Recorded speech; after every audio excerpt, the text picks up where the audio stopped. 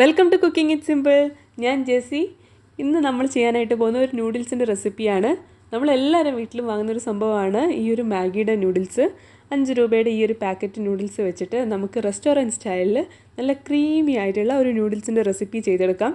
സാധാരണ നമ്മൾ ചെയ്യുന്നതിന് വ്യത്യസ്തമായിട്ട് ഈ ഒരു രീതിയിൽ ചെയ്യുകയാണെന്നുണ്ടെങ്കിൽ കുട്ടികൾക്കും ഇഷ്ടവും, വീട്ടിലുള്ള വലിയ ആൾക്കാർക്കും കഴിക്കാൻ നല്ല ടേസ്റ്റാണ്. നല്ല ക്രീമി ആയിട്ടുള്ള ഒരു നൂഡിൽസിൻ്റെ റെസിപ്പിയാണ്. തീർച്ചയായിട്ടും ട്രൈ ചെയ്ത് നോക്കുക. വീഡിയോ ഇഷ്ടപ്പെടുകയാണെങ്കിൽ തീർച്ചയായിട്ടും സബ്സ്ക്രൈബ് ചെയ്യാൻ മറക്കരുത്. താഴെ സബ്സ്ക്രൈബ് ബട്ടൺ ക്ലിക്ക് ചെയ്യുക. കൂടുതലുള്ള ബെല്ലൈക്കൺ ക്ലിക്ക് ചെയ്ത് ഓൾ എന്ന ഓപ്ഷൻ എടുക്കാൻ ആരും മറക്കരുത്.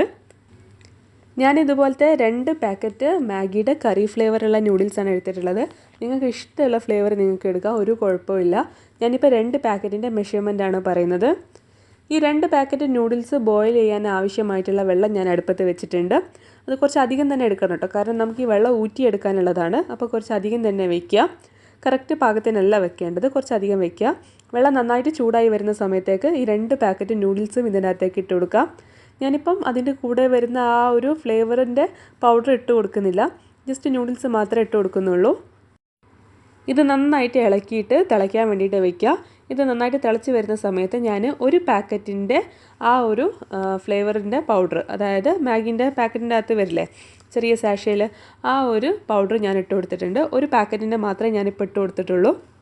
അതിനുശേഷം ഇത് നന്നായിട്ട് വേവിച്ചെടുക്കാം. നന്നായിട്ട് വെന്ത് കഴിഞ്ഞാൽ നമുക്കിത് അടുപ്പത്തുനിന്ന് എടുക്കാം. അടുപ്പത്തുനിന്ന് ഇറക്കിയിട്ട് ഇത് ഊറ്റിയെടുക്കാം.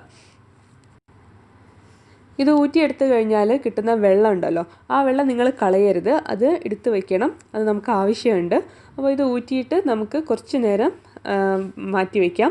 ആ ഒരു സമയം കൊണ്ട് നമുക്കിതിലേക്ക് ആവശ്യമായിട്ടുള്ള സോസ് റെഡിയാക്കിയിട്ട് എടുക്കാം.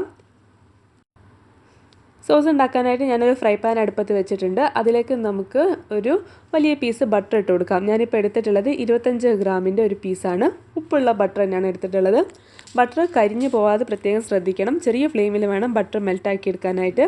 ബട്ടർ മെൽറ്റായി കഴിഞ്ഞാൽ അതിലേക്ക് നമുക്ക് 1 ടേബിൾ സ്പൂൺ അളവിൽ മൈദ ഇട്ട് കൊടുക്കാം.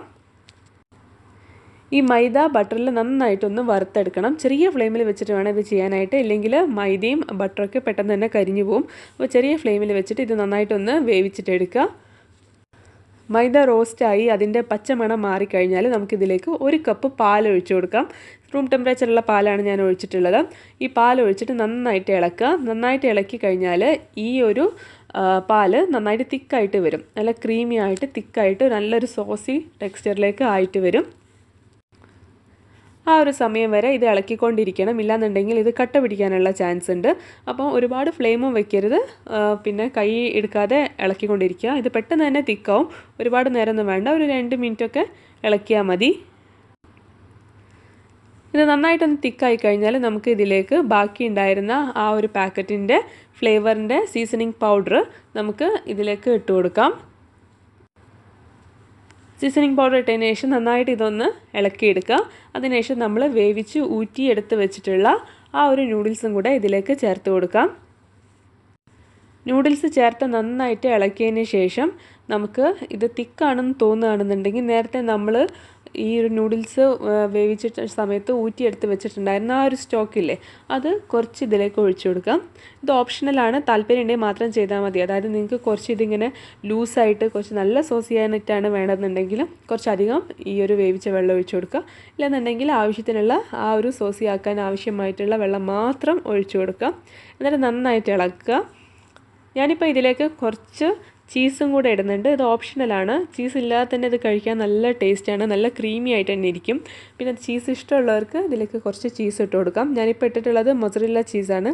നിങ്ങൾക്ക് വേണമെന്നുണ്ടെങ്കിൽ പകരം ചെഡാർ ചീസോ പാമസൻ ചീസോ ഒക്കെ ഇടാം. ചീസും കൂടെ ഇട്ടിട്ട് ഇത് നന്നായിട്ട് ഇളക്കിയെടുത്തതിന് ശേഷം അടുപ്പത്തുനിന്ന് വാങ്ങി വയ്ക്കുക. ഇത്രയേ ഉള്ളൂ പരിപാടി. ഇത് ഒരുപാട് ടൈമൊന്നും എടുക്കില്ല, വെറും 10 മിനിറ്റിനുള്ളിൽ നിങ്ങൾക്ക് ഉണ്ടാക്കിയെടുക്കാനായിട്ട് പറ്റും. ഈസിയാണ്. അപ്പോൾ എല്ലാവരും ഒരു തവണയെങ്കിലും ഇതുപോലെ ഒന്ന് ട്രൈ ചെയ്ത് നോക്കാം. ഇനി നിങ്ങൾക്ക് ഇതിലേക്ക് വേറെ എന്തെങ്കിലും വെജിറ്റബിൾസൊക്കെ ആഡ് ചെയ്തിട്ട് ചിക്കനൊക്കെ ആഡ് ചെയ്തിട്ട് ഉണ്ടാക്കണമെന്നുണ്ടെങ്കിൽ അങ്ങനെയും നിങ്ങൾക്ക് ഉണ്ടാക്കാം. ഇത് ചൂടോട് കൂടി തന്നെ വേണം കഴിക്കാനായിട്ട്, അപ്പോഴാ ശരിക്കും ആ ഒരു ക്രീമിനെസ് നിങ്ങൾക്ക് ഫീൽ ആവുള്ളൂ.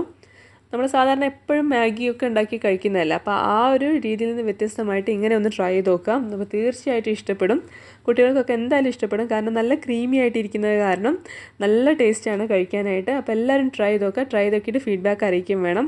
ഞാനിപ്പോൾ ഇതാ ഒരു പ്ലേറ്റിലേക്ക് വിളമ്പിയിട്ടുണ്ട്. അതിൻ്റെ മേലെ കുറച്ച് മല്ലിയില ഇട്ട് ഡെക്കറേറ്റ് ചെയ്യുന്നുണ്ട്. നിങ്ങൾക്ക് സ്പ്രിംഗ് ഓണിയൻസ് വേണമെന്നുണ്ടെങ്കിൽ അത് ഇട്ട് കൊടുക്കാം. അപ്പോൾ എല്ലാവരും ട്രൈ ചെയ്ത് നോക്കിയിട്ട് അഭിപ്രായം പറയാം. നമുക്ക് പുതിയ വീഡിയോ ആയിട്ട് കാണാം. Thank you for watching.